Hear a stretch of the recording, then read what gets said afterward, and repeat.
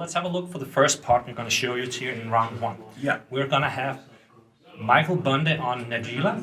We're going to have Brian on Meren. Stefan on Timna Jeska. That's probably a Matt farm deck, I would guess. I imagine. And we are going to have Christian also on Najeela. So what do you think about that part? I think it shows the meta pretty well. Obviously, we have a duplicate in Najeela, but Najeela is a deck with inevitability, which I think is also really important to have. Like, if the games are going to go long, one of these Najeela decks will win because it generates wins just by being at the table, right? She's so strong just on her own. Yeah, I haven't seen too much of Meren, but I guess it's some sort of Staxy Golgari deck, maybe. Also, I think I played against it a long time ago, and they have endgame. If you allow Meren to get value, it's so hard to come back from. Yeah, I imagine. I think one thing that is really noteworthy from this part is that there's no blue decks. Really, there's Najeela, but they are more splash blue decks. It's typically these Druid Repository and Win Through Infinite Combat. Yeah, I don't expect many counter spells here, so no, it's gonna be a wild fest. I think here it's gonna be a fast pot. I feel, unless they somehow keep slow hands here, because then I feel like the Meren is gonna take over. But a quick Najeela can. It looks pretty scary in this part, I feel like. This is the perfect part to show off the Jeweled Lotus power of that card, because if one of these guys gets powers out of Timna, Meren, or one of these Najeelas, I think it's going to be rough to come back from. Yeah. I think we're looking for speed here, not too much interaction, I think. So, hey guys? What? I'm sorry to interrupt you guys. Can you hear me? Yeah? Yeah, this is Matt Sanchez here. I'm sorry to probably... Okay, sorry. So to continue on that, we're just distracted by somebody behind the screen. Yeah, the judge is running the actual tournament. Yeah. So I actually think that Jeska can do a lot of work in this pot. Yeah. It's a lot of creatures, so if our Timna Jeska player gets a good hand and a good start, I feel like Jeska can dominate this pot. So how would you feel about a value Jeska? So let's say it's your first, your second turn, you just power out a Jeska just to shoot the potential 3 dogs, because these are dog-heavy decks, I imagine, because it's a greenish pot, right? Is that from? Yeah, exactly, and I think that's going to be valuable. Of course, it all depends on the opening hands from our players, but if the game slows down, I think the Jeska can take over the place. Mm-hmm. So what would you be looking for, Obviously. Looking around when you draw your start, your first 7, what do we need here? Looking here, given this pot is very light on blue, I would go all in for a quick opener, like lots of mana, something to do with the mana, and that's why I I would favor the Najeelas in these pots, partly because they have access to blue if they want that kind, but also she comes down so fast and she just takes over the game. Yeah, I think this is a pot where you actually try to mulligan for the Jeweled Lotus, especially if you are the first player in turn order. Yeah. I think that the turn order is actually going to be pretty important in this game. I think so. I think especially with so few blue decks, the turn order is going to be huge here. And we are live, we're told. We can see here our Jeska Timna has the Gemstone Cavern Start. That's all. Oh, and wait. There's something here. So if we have a player going first, Meren, he can't really do the lock counter. So he's not going first, it seems like. Okay, so we actually have... Okay, our Najeela player going first. Okay, so Meren is in 4th seed. Okay. That changes it a lot. And we have a first turn pretty standard mana dog. We obviously apologize for the... Yeah, sorry about that. Ordering it wrong. But it is what it is. But we had 2 players in the same pot with Gemstone Cavern Starts. That's pretty unusual, yeah. It is. But I would say it probably favors what we think is a farm deck. Yeah. For based on the commanders. Especially also given that we now know that he's second in turn order. Yes, so he can actually most likely power out a turn 1 Timna here. Yeah. Which I think is an extremely strong play. It would only require a Chrome Mox, or I would burn a Lotus Petal on this for sure. Oh, sure. Definitely, definitely. And or the Lotus. And we see it's the Battle Bond land with the Rakdos one. Yeah, and a mana crypt. That's some start. Super, super strong. And I think it's going to be the Najeela, I guess. Oh, not No, the Tymna, Tymna, as expected. I think this is... So one floating, that it's probably... I think this is just going to be burned, I guess, because this is an extremely strong start. Oh, yeah.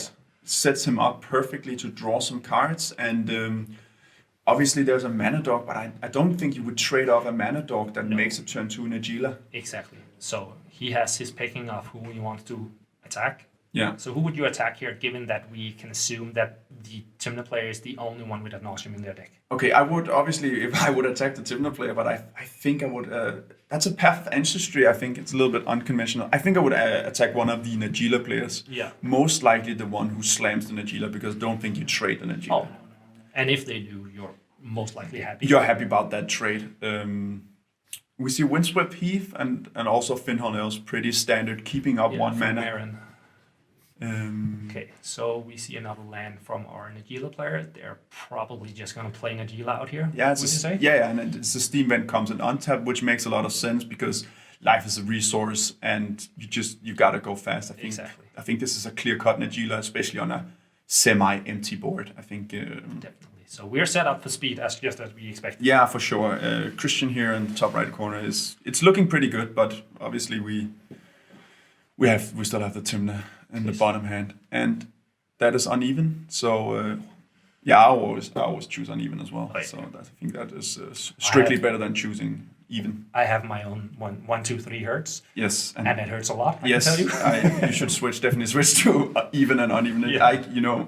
I have survived multiple rounds against you where I was on 1 or 2 life, but I had the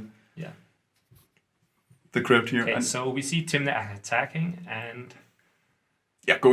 probably going for Michael. Yeah, going for Michael. He changed his life total. So obviously paying 1 into the Najeela. Exactly. Not into the Tymna. Definitely. Drawing a card. Nothing fancy here, I guess. No. A spicy play would actually be to play your Jeska here and clear the board. That's an option. Because you only get one. No, because you have played Tymna, right? And it counts a number of commanders, so you can actually set the Meren player and Christian really far behind by shooting off. You could also just pick off the Najeela, because you can see Michael is probably not going to play his Najeela out next turn unless he finds another piece of fast mana, but he didn't have it on turn 1. So we actually do see the Jeska here. I think that is extremely spicy. 2 loyalty counters. So what do you think? Are we going for both of the Finhorns or the Najeela? I think I would go for all 3 and then just that's my turn. But obviously keeping just on the board is okay, but I don't think in a farm deck. Well, the life is obviously important. That's one of the reasons why I think you play non-blue is to abuse the life a little bit more. Definitely. So see it come in, and let's see what happens. So obviously what I'm talking about is the 0 ability that triples damage, which would be 6 life. Oh, you would do that one? I think I would. No, keep that alive. Gotcha. Gotcha. But I think we see. Yeah, so they're just pyroclasming. Also really strong. Super, super strong, I think. So yeah, I would say that Stefan here is ahead in the early game. Oh yeah, for sure. He has drawn cards and he has set the other players back. And what are we seeing there? It's a Hope of Giropor, I think. I think this is the correct play. I think that this is what I would do too. Because it just sets them so much back. And Hope is actually so sweet here because you can attack with it, get to draw with Tymna, then sack it to make sure that somebody can interact with you. Yeah, I think it's looking really, really strong here. So yeah, I agree that saying Stefan is way ahead here in the early game. But as we all know, this is Commander. Stuff can happen really fast. Yeah, for sure. Okay, let's see. I think we are on the verge of Michael getting his second turn.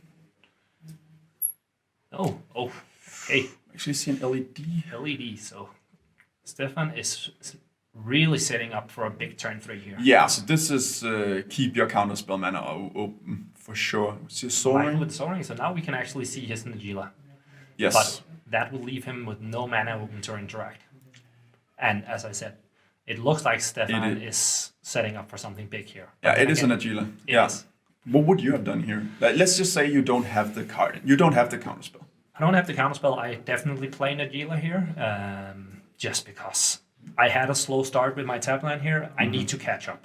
Yeah. But it is a rough position. It is a rough position, especially because I see a planes here, like so you can't really hold up. Let's say like a draw phase, abrupt decay targeting the LED. I think is a pretty good play, if possible. Yeah. But well, obviously he used his planes to play the Soul Rain, but holding open the planes into the Adnos player is really scary for the Adnos. That's true, Getting yeah. silenced after you play your first mana rock after an Adnos, it feels so bad. Yeah, it does. It really does. So I think this is so far it's going. It's pretty typical of a cEDH game. We develop in the first 2 turns, and then we try to go for something. Exactly. Now the big guns come out in the following turns. Yeah. And you can see. That being said, using Jeska in this way, I think is super cool, and is something that you can do with the acceleration, and also maybe you can do a little bit more in non-Grixis decks. Yeah. Because like he can actually protect it if needed. Definitely. Okay, so we are back on Meren's turn 2 here. Playing a swamp. Pretty standard, nothing too spicy. And ooh, that's a big That's play. a big deluge. So I'm assuming it's a toxic for 2. It has to be. Yeah. Has to be. Yeah. Okay, that was a big play. Yeah, that's a really big play. Interestingly, we've seen 2 sweepers already in the first 2 turns. But that's kind of the name of the game, as we said, because this is dork.deck. Yeah, that's true. So this sets us up for a very interesting game now, I feel like. Yeah, and it definitely shifts the balance of power Yeah. towards the top half of the screen, right? Exactly. Yeah, I would feel pretty good about it if I were the Meren player here. I think this is a Mindblade render, which I think is a Ooh, that's a spicy with another Najeela in the pot. definitely is. But I think it's in my opinion, it's an underplayed card. I try to play it a lot. I think Definitely. it's Let's see if Michael sees the fact that whenever he attacks now, yes, our other Najeela player gets to draw a card. exactly. And it's just Dark Confident card draw is so important, and especially And 1/3 body is good. 1/3 body blocks Tymna, especially in these decks that don't have Tymna in the command zone or Thrashers for that matter. Yeah. I think it's a really good card. I play it a lot, Yeah, I like it as well. and we see See a Chromax. yeah. And we're gonna imprint a Spirit Guide, which is essentially doing the same thing, but it's another better. red rock. Yeah. I think it is pretty good, but we don't have the 3. I think we're just gonna see Tymna again. Yeah. So, We don't have the Tymna 3 again. black, is what I'm saying, without the LED. No. Or the 2 black, which we will be looking for. So what we want to look for here in Stefan is obviously the 5 mana for the Ad Nauseam. If he keeps that up, be prepared. Michael plays out Najeela again, and he gets a scribe from this ancestry. Now the ancestry is kind of paying off for the slow turn. Yeah, it's a bit unconventional, I would It say. is, definitely is. But in a slower pot, it might be a good call. Yeah, definitely. Okay, we're back to Meren here. That's a Deathrise Shaman. Amazing card here, because we know that we most likely want to see breach lines. Oh yeah, there's And, definitely going to be breach in the Tymna Jeska deck. Yes, that's what because I feel like Stefan is a little bit ahead maybe, and this is a mana dog that also takes care of that problem, so to say. Exactly. And if I'm not mistaken, most of the breach lines in the Bat or Mad Farm decks are creature-based, like Stitches Appliance and the like. I am not well versed in that. I would say more of a mid-range player. That's why I do really like the seed bomb uses of the world. I'm aware. Yes, and the Thrashers and stuff. Yeah. Okay. So But we're back at Stefan here. Drawing interestingly, we keep up mana here, and unfortunately, we can't attack with the Mindblade Render, No. which is obviously a weakness. But But again, we have this Michael. If Michael attacks, we still get the draw. exactly. Let's see. We do have 1, 3. Stefan. So what are you doing here if you're Stefan? I think I'm attacking Meren here Yeah, I am. because he's my threat given The shaman. the shaman, and sort of the open mana and for the removal and stuff. Yeah. There's definitely also just a world where you just play out Jeska again, do the same thing. That would definitely be, and they even got the LED to power it out, depending on if the card's in their hand. Yeah, I think that's maybe a little bit too spicy. So Jessica will cost 5 right now, right? And we have 3 mana from the rocks and then 2 mana from the lands. I think that's an option. Takes care of your death problem and takes care of... It actually clears the board. Yeah, it does. And that's a Lotus, right? Yes. So now I think that's definitely a line I would go for. Yeah, definitely. And we see is that the Wall of Champions, the new one from Battlebond? So most definitely an awesome line. I would say it was the Godless Shrine from the Replica thing. Oh, did he take damage? I didn't notice.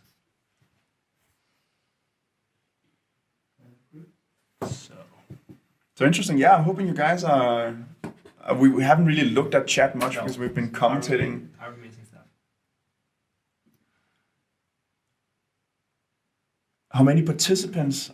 We have a question for Chopper. So I think a few people didn't show up. So we are 38, I'm told, from all over the world. Chile, Colombia, Canada, US, Norway, Finland, Denmark, Australia, I think we saw one from Austria as well. Yeah, and Decklists, you also ask about that. I'm asking our Discord. They can help you there. We will figure it out. Of course, we'll post a decklist after the event. Oh, okay. So we have to go back. We see a Jessica's Will here with a Grand Abolisher. This is okay. Now we're seeing stuff. Now we're playing with power, so to say, because this is really, really dangerous. And he gets to get both the. He draws 3 essentially, right? Yeah, and gets 5 mana, or 4 cards in Michael's hand, and 3. I think 5 4. Up top. Oh, 4 up top. 4. So 4. So it's red. +1. Yeah, +1 and draw 3 cards. Some kind of red mana counter, which makes sense. And we see the 4 mana here. Yeah. And what are we going to exile here? It's a Skull Clamp, I think. Yeah, a land and a Dockside Extortionist, which is huge here, I think. Well, it only makes 1 mana, right? I was getting ahead of myself. I see the Dockside Extortionist and I get excited. Thanks, man. That was actually not that great. Obviously, the Dockside Extortionist on the other side of the board would have been huge. It is only 2 mana. But I would still play it out because if you don't, it gets exiled forever, right? So at least you just want to have access to it. And we see it played out here. Yeah, because I think this could also very well just be Jessica's Will, draw some cards, play out the Skull Clamp. That's it. Jessica. Maybe end out with the Jessica, right? You have the Lotus and... There's also a world where you Skull Clamp your Dockside and ping it with Jessica. That's draw the cards. Very spicy. I like that one. Also because then you can -1, or I would probably do -2 here. Yeah. To or maybe, yeah. So we see a -2 here, right? Yeah. -3 to get the Mind Blade. Oh, so we -3. Oh yeah. So he doesn't have the win in hand. That's pretty obvious. No, but I still feel like he put himself back in the leading position here. Yeah, definitely. And as we spoke about in the beginning, Jessica really proves herself here. Yeah, she really does. Like she's dominated this game so far. So far, it is the best card in play. Yeah. And what happens here? I don't really understand. So we don't get the audio, we'll say. So he might have chosen to do 4, x equals 4, just to be able to have an x equal 5. Oh, yeah, it's true. Maybe he just wanted, as you said, to be able to cast it again next turn. Yes. Because so far it's been a great sweeper. So we are just in sweeper mode rather than... It's not going to be a combat damage win here, I think. We have pretty high and pretty safe life totals. Yeah. So I think that is the thought process. Probably just want to make sure that he can continue drawing cards with Timna while setting the others back. Yeah, for sure. I still think I would have gone for this Skull Clamp. Just at least for the spiciness. It is out on the board though, right? Yeah, it is played. So again, it's an option. It's looking really well. You can often also see in cEDH games like number of permanents and mana available. You have all the things you're looking for. You have a draw outlet, you have mana, and you actually have protection on your turn. Okay, now we see the Mind Blade render from Michael. And a Combat Celebrant. Spicy. Super, super spicy. Can get out of hand quickly with Najeela. Yeah. And it is a warrior itself, right? Yeah, it is, and we it is 2 players, 2 player. Now it's Gentleman Finn. It's free for all. So we have 4 players trying to win. No coalitions of any kind. So yeah, they're probably going to use the removal on one another, and we definitely see Michael and Stefan being a little bit ahead here. Wait. What is that? That's the Meren. That's the Meren. So entered now the we game can we can try to. I would probably take up the Death Ride Shaman here, but he chooses a Findhorn Elves at the end of turn. Even though the Death Ride is a little bit slower, but it's so strong against the Underworld Breaches of the World. Yeah. But also just getting a blocker out. Yeah, and I can't remember the body on there. I think but it's a 3/4. Yeah, it does block pretty well. Yeah. So in our format, a 3/4 is basically impossible to get through. yeah, and what we really want here is, for Christian on the Najeela to play out some kind of blocker, so we at least shut up the Timna. Exactly. But let's see what happens here. If we try to, we'll. Somebody asked in Danish if we can turn the cameras, and actually I think that's on the players, That's but on the we players, we yeah. will take it to production, which is not us. We just quote unquote know stuff about magic cards, but we'll definitely take it up with them. Yeah. Okay, so we are at Christian's turn. 4, I think. And so this really exemplifies what I love. A lot of interactive magic has been played. Yeah, exactly. A lot of stuff is going on. Everyone has had a little bit. And we see Now Oracle. we're just straight up going for it. Oof. Okay. That came out of nowhere. That came out of nowhere, and that is one of the strengths of the consultation. We actually don't have any real mana or answers. Everyone is tapped out except And Michael, here I think. we see the consultation. And we see the consultation. So And now, I think this is going to be GG. yeah, I think Essentially. Because we see I some don't- fiddling. Yeah. And people I are think that they're scooping just up. packing it up, and that Wow, is that it. came out of nowhere. But that is what consultation and Oracle can do. Yeah, for sure. And as Joe said, no interaction at all. It's also something we talked about previously, and we leave up a single white mana, which could have been a silence. It could have been a silence with the Oracle on the stack, but then you could respond to it. with You have to respond to the Oracle.